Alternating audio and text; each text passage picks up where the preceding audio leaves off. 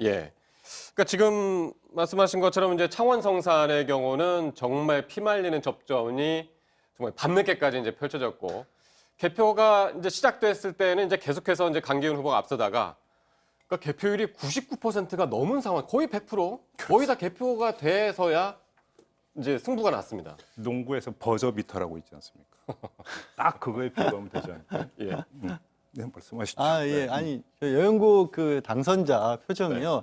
기뻐하는 표정이 아니라 진이 빠진 표정으로 보이더라고요. 사실 그럴 만했던 것들이 말씀하신 예. 것처럼 실제 개표 초반부, 중반부, 후반부 거의 되도록까지 정의당이 뒤지는 걸로 나왔었고 네. 정의당에서는 심지어 이제 최석 대변인 이름으로 논평까지 내놨습니다. 애를 많이 썼지만 뭐 결국에는 실패했다. 도와주신 여러분들에게 감사하다라고 죄송하다라고 문자 메시지까지 이 기자들에게 돌렸어요. 아이고. 그런데 그 10시 와중에 반에? 10시 반에 10시 반에. 돌렸고요. 사실 11시 한 10분, 15분 정도부터 조금 변화가 있었고 예. 어제 이제 방송국들 생중계하는 방송국들도 몇 군데 있었는데 네. 그 방송국들에서 여기저기서 들려오는 소식, 그러니까 이 공식적으로 방송사에서 집계되는 거 선관위에서 들려오는 소식, 네. 현관에서 들려오는 목소리가 다 달라서 이걸 어떻게 결정해서 중계를 하느냐라고 곤란해했었다가 막바지 결국 11시 24분째 역전표로 이렇게 결과가 뒤바뀐 겁니다. 예, 그렇군요.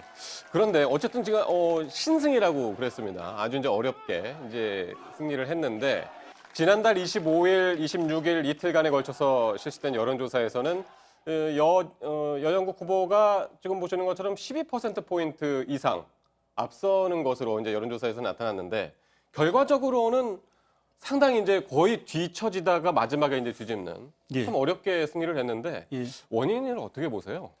이 지역이 진보의 아성이라고 하는 그 세 군데 중에 한 군데입니다. 네. 창원 성산이 울산의 북구하고 동구 포함해서 진보의 아성이라고 하는 지역이고 그전에도 권영길 대표나 노회찬 대표 같이 네.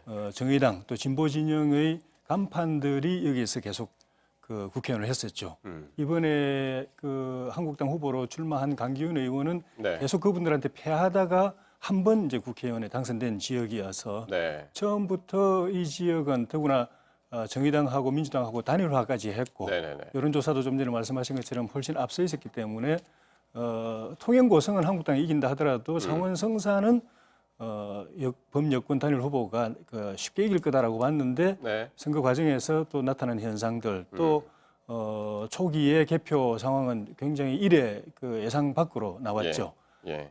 그러다가 결국은 정말 뭐 버저비터라고까지 말씀하실 정도로 막판에 0.54% 차이로 504% 차이로 이렇게 됐는데 그러니까 선거 막판에 상당히 큰 변수들이 많이 있었잖아요. 예, 물론 창원 이제 성산 지역에. 예, 정의당의 의원이 이제 그 의원직이 상실됐기 때문에 보궐선거가 네. 생겼다는 점에서는 정의당에 대한 책임도 있을 수가 있겠지만은 그거보다는 여권 단일 범죄 단일 후보가 되면서 네.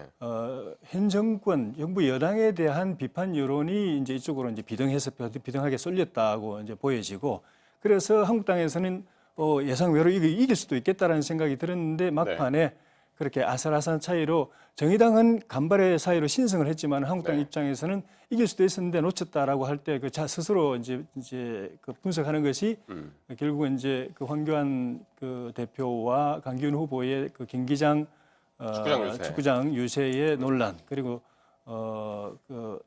우리 전 서울시장 오세훈 시장의 그 노회찬 그 전 대표에 대한 발언 네. 이런 것들이 진보 지지자들의 결집을 가져온 측면이 있었다 예. 하는 것들이 이제 한국당 자체적으로 내놓는 예. 분석이고 그 점을 좀 아쉽게 뼈아프게 생각하는 측면이 있는 것 같습니다. 네. 근데 지금 창원 성산 결과를 두고 민심 이반 이렇게 이제 그 해석을 하는 시각이 있던데요.